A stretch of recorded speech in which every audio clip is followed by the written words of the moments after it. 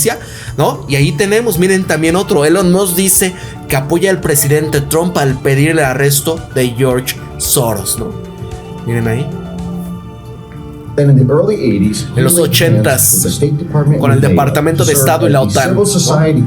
¿Por qué creen que en 2023, cuando venía la contraofensiva, él escribe en su propia Open Society, en un escrito que decía: esta va a ser la manera en la que se va a conquistar, ¿no? Hay que quitarle el puente terrestre a Crimea, ¿no? Para la contraofensiva de Rusia. ¿Qué tiene que ver este señor en Proyecto Ucrania? Y él hablando de tácticas militares, que es lo mismo que escribía en el Consejo de Relaciones Exteriores y lo mismo que estaban escribiendo otros personajes del complejo militar y de la OTAN. Dices, ¿cómo? Vienen acá. 79. Para esta masiva. No, el que está hablando es Mike Pence, ¿no? Ya le reconocí la voz. Para la situación, ¿no? La cobertura, ¿no? Tanto de la agencia de inteligencia, y en esto estaba la NED y la USAID, que son de las que operan aquí en México para el tema de la disidencia. Así que esta fundación puso sus pequeños satélites por todo el centro y este de Europa bajo la protección del Departamento de Estado, y era para poder quitar los gobiernos de Alemania y todo hacia el este, para poderlos traer a la órbita del imperio estadounidense. No digo que sea una buena o una mala causa, no, porque es lo que es, ¿no? Mike Pence. Cuando estoy hablando de esta historia, tienes que entender que todo este mundo que estuvo ahí en el 2016, ¿no? El tema National Childhood,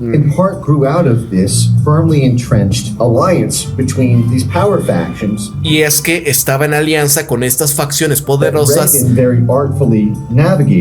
que estaban navegando para que todo mundo tuviera su parte, ¿no? ¿Por qué pone Pizza Hut ahí? Bueno, porque en el momento que cae la Unión Soviética y todo estaba Gorbachev, por ejemplo, hacen un anuncio de Gorbachev, ¿no? Donde está ahí, ¡ah, Gorbachev!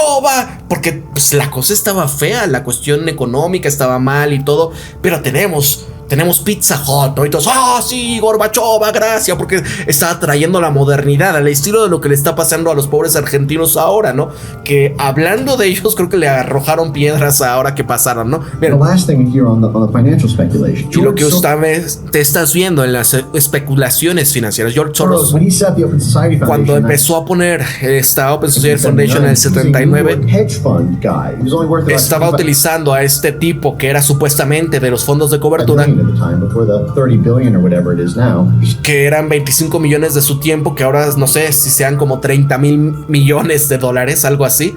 Bueno, él estaba especulando en las divisas de los países del centro de Europa, ¿no? Y del este de Europa, que le hizo a la libra esterlina, de hecho, y donde se hace billonario también, y que tenía estas asociaciones con el Departamento de Estado para tener estas avanzadas conocimientos, ¿no? O de adelanto para poderse torcer a estos gobiernos de estos países. Y esto era la última versión, así como lo vemos ahorita de Nancy Pelosi y todos estos que se han hecho multimillonarios. ¿Por qué? Porque pues tienen el conocimiento de avanzada, especulan y ganan. Dice, oye, ni los mejores sistemas de inteligencia artificial pueden lograr lo que está logrando los fondos de Nancy Pelosi y demás, ¿no? Otros que están haciendo esto. Y dice Donald Trump, vamos a ir contra ellos porque no es posible que estés haciendo esta increíble corrupción y esta alianza del unipartido. Él sabía que países iban a ser torcidos de su gobierno, ¿no? Les iban a hacer un cambio de régimen, iban a hacer un golpe de estado, iban a caer por la cuestión económica, y donde podía especular cuando sabía que las divisas iban a caer. muy avanzado en todo esto. Y más allá de ello, también tenía el beneficio de ser un anticomunista, de lo que estaba haciendo, porque todos estos países comunistas colectivamente se recolectó aquí billones de dólares en todos estos activos que anteriormente pues estaban con la propiedad pública, ¿no? ¿Qué pasó en México también por aquellas épocas y demás? Y vemos acá los oligarcas en México, ¿no? También lo mismo que pasa en Rusia, cómo se empiezan a hacer con personajes oscuros, como el caso de Ricardo Salinas Pliego, el caso de los, ¿cómo se llama? Harpe Lud, vaya, todos estos personajes que se quedaron con lo que hacía a esta nación, ¿no? Y el momento en que se convierten en estas economías privadas, piensen ustedes, si me ves desde Argentina, si me ves desde Colombia, desde Perú, desde Uruguay, desde donde tú me...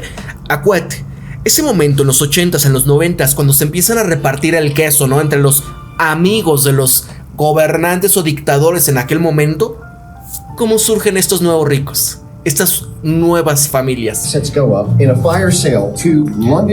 Y donde prácticamente se iban en una venta de fuego hacia Londres y Wall Street. Y estos no es que estaban los stakeholders, no nada más para hacer esta especulación extranjera, no nada más para obtener el cambio de las políticas. ¿Y qué pasa? ¿Se acuerdan cuando dicen ya México? Vamos a entrar al primer mundo, ya con Carlos Salinas de Gortari, ya hicimos el acuerdo de libre comercio, ya somos ya México, ahora nos podemos considerar que somos primer mundo, ¿no? Literal. ¿Y qué pasa en el 94?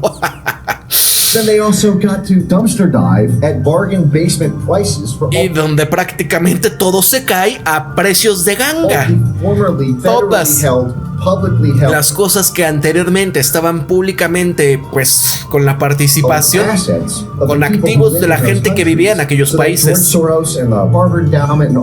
Y todas estas sociedades civiles, ¿no? Toda esta Harvard Management Company, el señor Soros, venían todos ellos.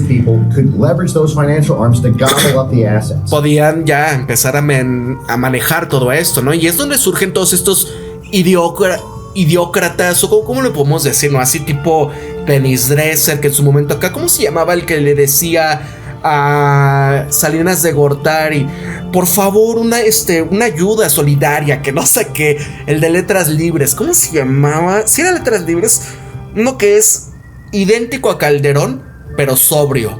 ¿Cómo se llama este tipo? Aguilar Camín, ¿no? Ese tipo de personas estaban en todo esto. Y es por lo que Soros es como construye todo este imperio, donde estaba como la sombra de este imperio exsoviético. Y es de donde vienen estos imperios, amigos. ¿Se dan dando cuenta? O sea, vean. Mira, nada dice más anti-Soros que contratar a su mano derecha para que se haga cargo del tesoro de los Estados Unidos. Es donde uno dice, a ver, Scott Bessent, ¿no? Estuvo en el colegio de Yale en el 84 al 91. Él fue contratado por el fondo Soros Management. Eventualmente se convierte en la cabeza de la oficina de Londres en su rol de septiembre de 92, que también estaba liderando como miembro del grupo de las ganancias de $1 billón o 1,000 millones de dólares en Black Wednesday, ¿no? Y es la crisis donde pues viene el tema de la libra.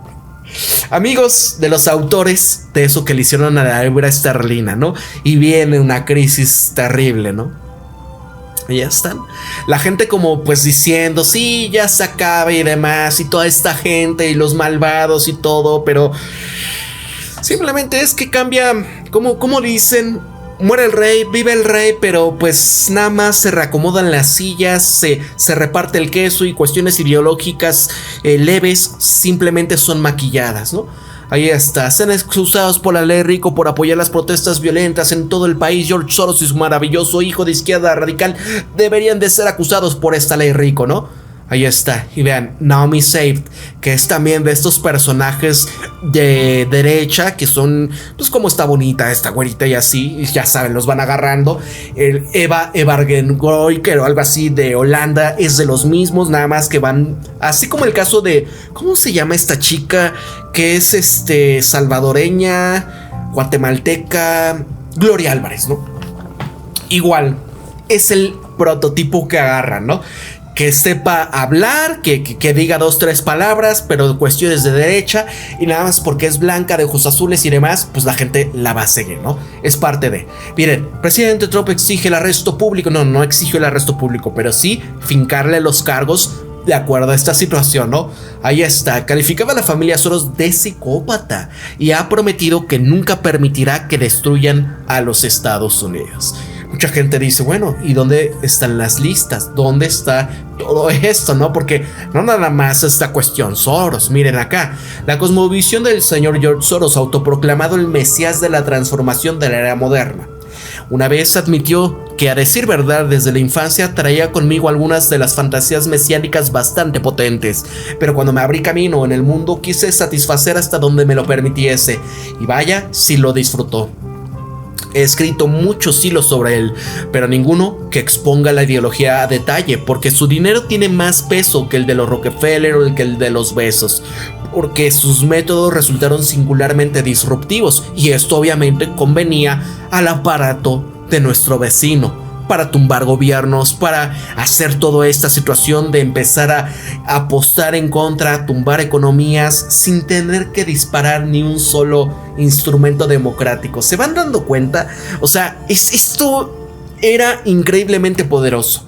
A él se le acaba el tiempo, pero el sistema que diseñó, el efecto dominó de su filosofía, lo sobrevivirán generaciones. La pregunta no es si estamos de acuerdo con él, es si estamos dispuestos a estudiar su manual y usar las mismas herramientas. Acompáñenme mientras conecto todo este hilo, ¿no? Y acá decía, mira, como vemos, pronto Soros desempeñaba un papel significativo en el colapso de la Unión Soviética. Décadas 60-70 desarrollaba una teoría financiera llamada reflexividad. Esta aplicó posteriormente se convirtió en uno de los gestores de los fondos de cobertura más exitosos de la historia, sino que el más exitoso. Él había descubierto que eso aplicaba tanto a la historia como para las finanzas, utilizando para acelerar el colapso de la Unión Soviética. Y así, ¿qué reflexividad? Bueno, la economía tradicional asume que el precio refleja las realidades del mercado, que todo se estabiliza a un precio habitual. Soros asumió lo contrario, los precios siempre son incorrectos.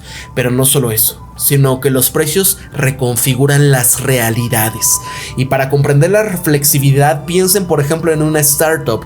Al principio una startup puede no tener más que publicidad. De todas formas, los inversores invierten millones en ella y luego la startup empieza a contratar programadores, especialistas en marketing, etc. Ahora la publicidad es real, el producto es real. Vaya, ¿qué pasa por ejemplo con el caso? Y esto yo creo que todo el mundo lo va a tener aquí rápidamente para que lo entiendan. Uber, por ejemplo, donde tuvo pérdidas multimillonarias durante bastante años.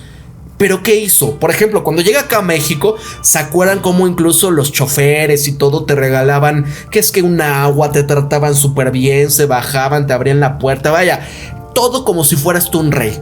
¿Y qué empezó a pasar con todo el mercado del transporte privado? Se empezó a venir abajo los taxistas, por ejemplo, sitios de taxi privados, todo esto. Y es que, mira, me regalaron y si comparto mi código me van a regalar dinero y para pedir más viajes. No sé. O sea, era eso. Pero un momento en que ya vuelves todo esto, se vuelve una manera en donde dices, es que necesito Uber, porque no, qué miedo salir y el taxi, que no sé qué, ¿no?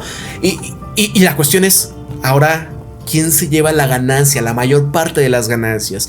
¿De dónde están extrayendo? Porque no son coches de Uber. La gente no son empleados de Uber, ¿no? Y si algo le pasa a la gente, ¿y qué pasó con el mercado y cómo es parte de?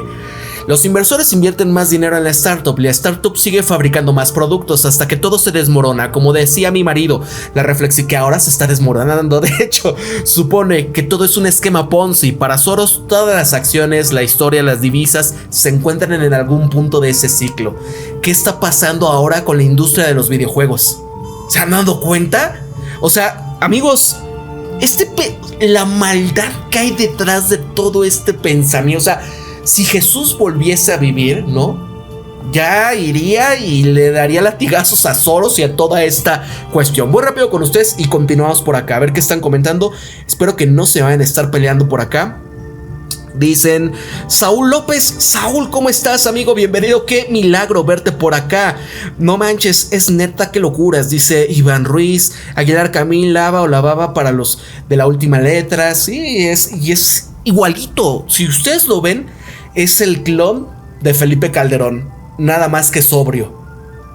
Dale unas copas y es Felipe Calderón. Ok, miren esto.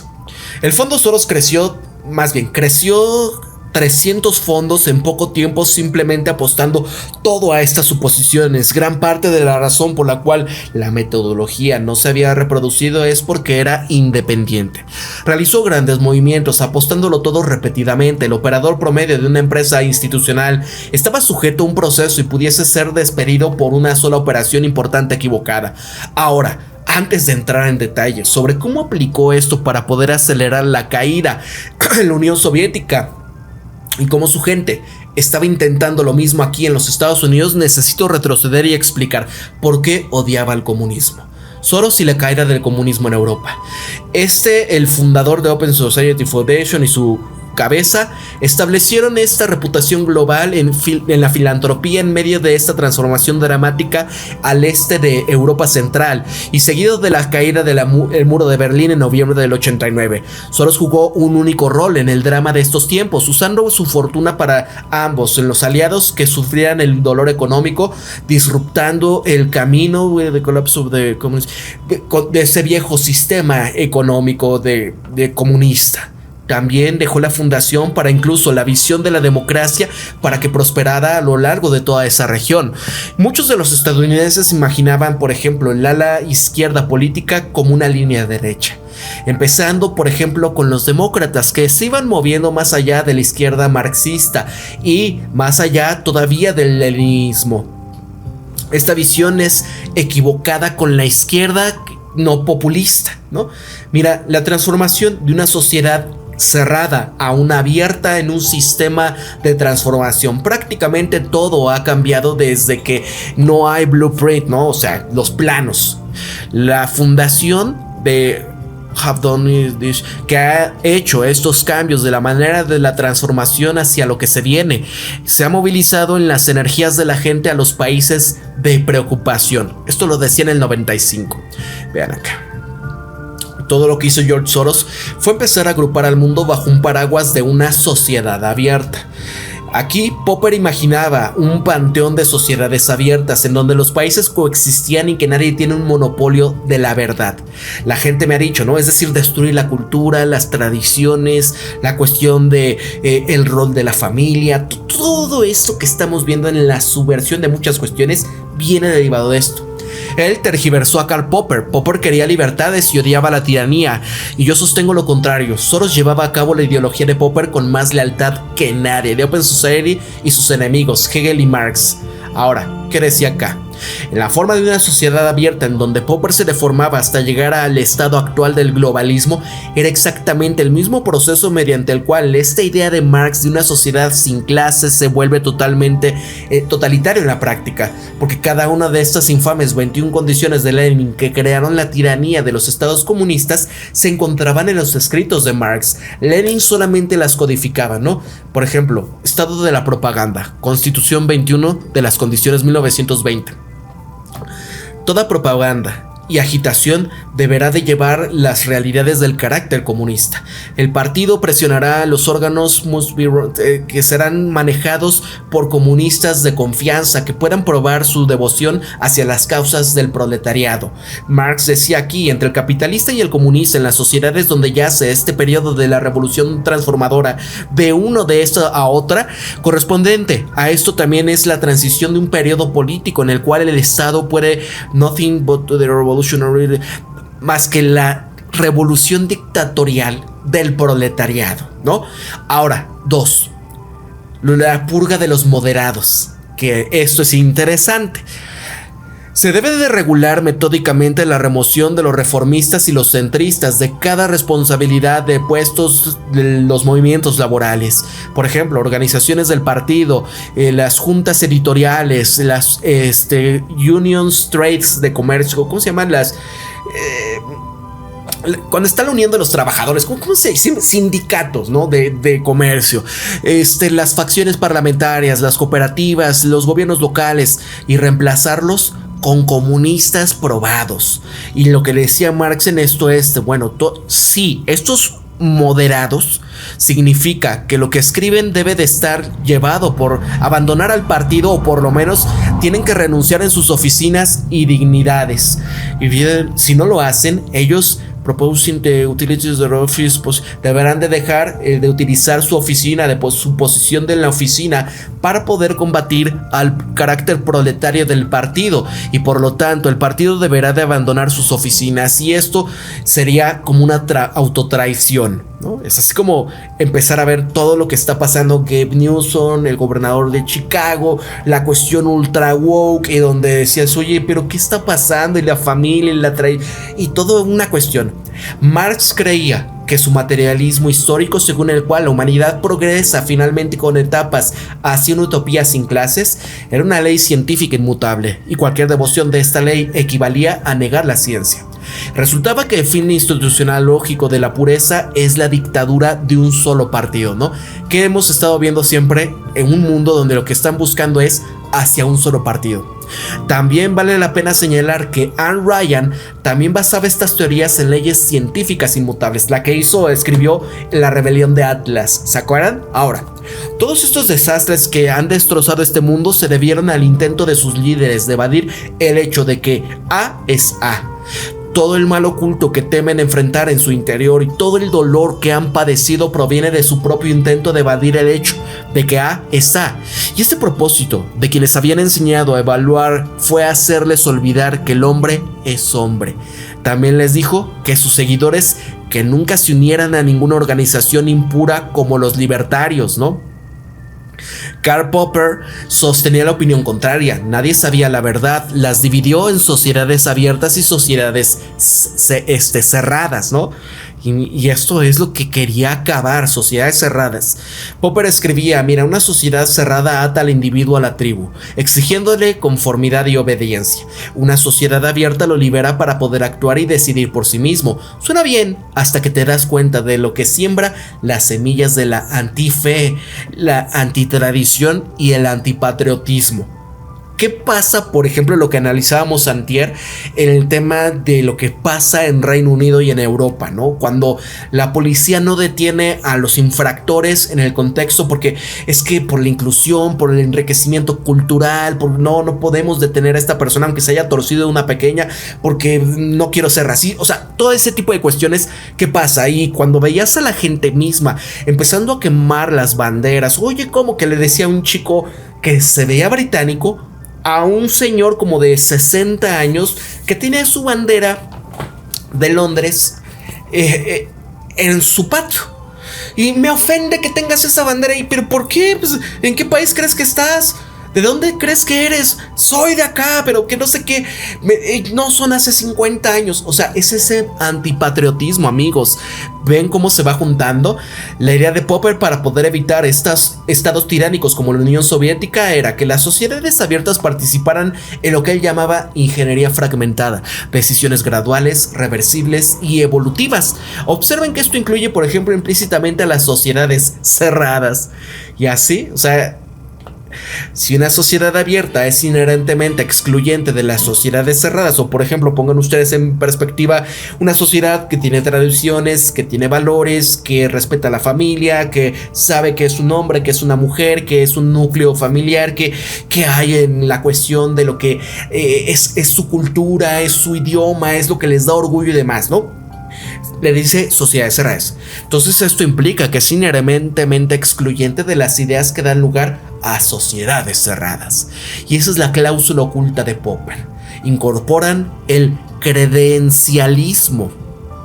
Soros y su objetivo era transformar un mundo entero en una coalición de sociedades abiertas. Me di cuenta de que me apasionaba el concepto de una sociedad abierta, esto dice Soros, en la que las personas como yo pudiesen disfrutar de la libertad sin ser acosadas hasta la muerte, ¿no? O sea, ¿qué? Y esta base epistemológica de la sociedad abierta de Soros es este pluralismo institucionalizado, es una creencia de que ninguna verdad o autoridad es legítima y que la sociedad debe de organizarse en torno a una negociación permanente de puntos de vista en competencia. Pero el pluralismo, es decir, distintas ideas, sociedades, llevado a su conclusión lógica, corroe inherentemente cualquier lealtad inamovible.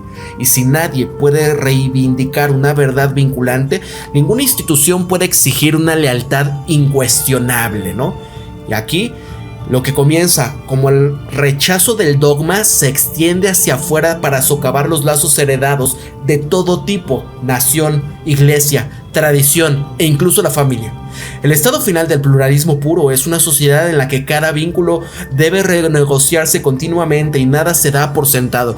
Por ejemplo, yo les compartí en la página de Facebook hace poco, creo que fue ayer, en donde, por ejemplo, están queriendo hacer que en Japón se autocensuren los temas donde los manga, los videojuegos se ajusten a los temas tradicionales, ¿no? No puedes tú poner una mujer bonita porque como eso es excluyente, ¿no? Tiene que ser una mujer con rasgos masculinos, desproporcionados, nada de curvas, o sea, dices, ¿qué demonios? Y así, la tiranía globalista de la extrema izquierda de Soros, ese es el resultado institucional de Popper, así como los estados unipartidistas leninistas fueron el resultado institucional de Marx, ¿no? O sea, siempre esta gente que ha hecho, o sea, llevan el germen a todos los demás lugares a donde llegan, aunque Popper y el comunismo eran ideologías opuestas. Y así, vean, la reflexibilidad consistente de encontrar y resolver contradicciones, donde la Unión Soviética exigía pureza absoluta y total adhesión a sus ideas. Para lograrlo, necesitaban un monopolio absoluto de los medios de comunicación. Esto en sí creó una contradicción que esperaba ser explotada y donde la gente continuaba apoyando al comunismo bajo el yugo de los gulags y el hambre, pero solo mientras no pudiesen ver la realidad de su situación en contraste con países mucho más prósperos. Y así, regresando al tema de la familia, volveremos un poco más después. Ahora, bajo el mandato de Reagan, Estados Unidos libraba una guerra indirecta global contra la Unión Soviética. Su mayor éxito fue quizás la iniciativa de defensa estratégica, que tuvo el efecto psicológico de convertir una guerra de la carrera armamentista de alta tecnología, en donde Estados Unidos ya contaba con una amplia ventaja. La Unión Soviética se veía perjudicada por las restricciones de los COCOM a la importación de tecnología.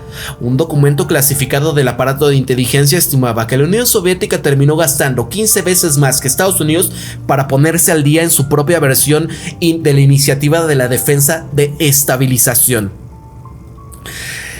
Pero Estados Unidos se involucró en una guerra indirecta desde fuera del telón de acero. Tenía la capacidad limitada para realizar operaciones desde dentro. Incluso Radio Free Europe, que esto es un aparato donde trabajó, creo que el jefe era el papá de Tucker Carlson, nada más para que vean, Radio Liberty, fueron interceptadas con frecuencia. Soros se involucraba también en una guerra de poderes desde dentro. No estaba obligado por ningún país ni tratado y pudiese hacer lo que quisiera, porque esto es lo que usaban para que si es descubierto o algo, no, pues tiene carta libre, no trabaja para el aparato de inteligencia, este tipo pues es un magnate, ya saben, ¿no? Se involucró en la guerra de poderes desde dentro. No estaba obligado por ningún país ni tratado. Pudiese hacer lo que quisiese, especialmente porque era ciudadano doble, es decir, ciudadano de Hungría, un estado de la cortina de hierro. Y así empezó 1984, ¿no? Miren cómo es que empezó en Hungría, ¿no? Y así que ahorita el mismo primer ministro de Hungría está súper peleado con este señor, Y si tú los ves y se parecen, ¿no? Pues esa es la misma clase. Ahora, Hungría todavía sigue siendo un estado de un solo partido, controlado por un partido comunista. Esto era en el 84, que estaba filtreando con las reformas del libre mercado. Soros creía que el sistema comunista estaba pues destinado a fallar, y esto vio para poder ayudar a Hungría a prepararse para un futuro democrático. En sus primeros días en la nueva fundación conocida como Soros Foundation hasta 2007, y es donde identificaron que el fondo tenía que estar en mente de la reforma organizacional, en donde estaban organizados con todas las líneas de las participaciones, fuera de este control del partido directo, como por ejemplo foros de autogobernanza en las universidades con los estudiantes, ¿no? Empezarles a meter la cosquillita. De aquí surgen, por ejemplo, estos que les digo, las plumas, las ideólogos, los que hoy en día tenemos, que son estos como esta Carmen Aristegui, Dennis Dresser, ¿no? Toda esta clase de personajes. Así que manipular la reflexibilidad al estilo Soros es encontrar una contradicción y aplicar presión hasta que estalle. En los mercados, él identificaba una moneda o un activo sobrevaluado, porque los operadores creían en su fortaleza, construía una posición corta masiva, apostándole por su debilidad. Y una vez que otros percibían las grietas, su prisa por deshacerse, la situación reforzaba la espiral descendente, y la percepción de estabilidad se desplomaba. ¿Y qué pasaba? Los capitales golondrinos, ¿qué hacían? ¿Qué pasaba? El efecto tequila en México. La presión de Soros para fomentar esta reflexibilidad en Hungría consistió en importar casi 1000 fotocopiadoras a bibliotecas y universidades, y ahora la gente podía copiar y disfrutar ideas. Luego financió toneladas de pequeñas subvenciones para poder animar a la gente a disfrutar sus ideas. Parece pequeño, pero el impacto fue desproporcionado, precisamente porque identificaba y exprimió esta contradicción de este comunismo, ¿no? El proyecto Xerox, fotocopiadoras y la metáfora de la sociedad abierta. Vean, por ejemplo, ¿no? El tema de los celulares baratos, ¿no? El tema de los datos, de regalarte para que tengas la capacidad de tener redes sociales, ¿no? ¿Qué pasa con esto? Porque al fin y al cabo, amigos, ya las noticias y demás se dan a través de redes sociales. Los medios tradicionales ya fueron. La cuestión es quién controla el algoritmo, ¿no? ¿Por qué creen que de repente no les llegan las notificaciones cuando se hablan de cosas de verdad? Ah, pero eso sí, te van a poner un Luisito Comunica o estos personajes, ¿no? Siempre a la hipérbole, y van a ir cambiando tu manera de consumir y la manera de pensar poco a poquito, ¿no? De hecho, el Ministerio de Cultura húngara se había quejado de que Soros tuvo un impacto mayor que ellos, ¿no? Imagínense. Y así, si esto te suena extraño, consideren que Elon Musk ha repetido exactamente el mismo movimiento recientemente. Es el nuevo Soros, pero la versión de la derecha, no la versión de quieren también hacer esto. Mira, él exprimió la contradicción de que el globalismo, aunque basado en el fundamentalismo liberal pluralista, no es realmente pluralista ni liberal, comprando Twitter y permitiendo la libertad de expresión. Desde entonces X no ha parado de exponer la tiranía de los globalistas.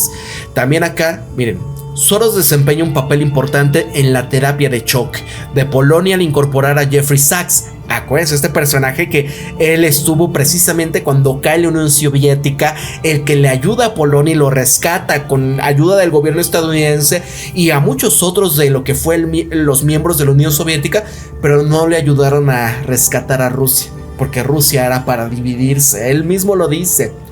Desempeñó un papel importante en la terapia de choque de Polonia al incorporarse a Jeffrey Sachs, y cuando las presiones financieras golpearon a la Unión Soviética debido a la tormenta perfecta por compromisos militares, la caída en los precios del petróleo, la dependencia extrema en las importaciones de alimentos, Gorbachev iniciaba la política de perestroika, que es la reestructuración, y el glasnost, que era la apertura.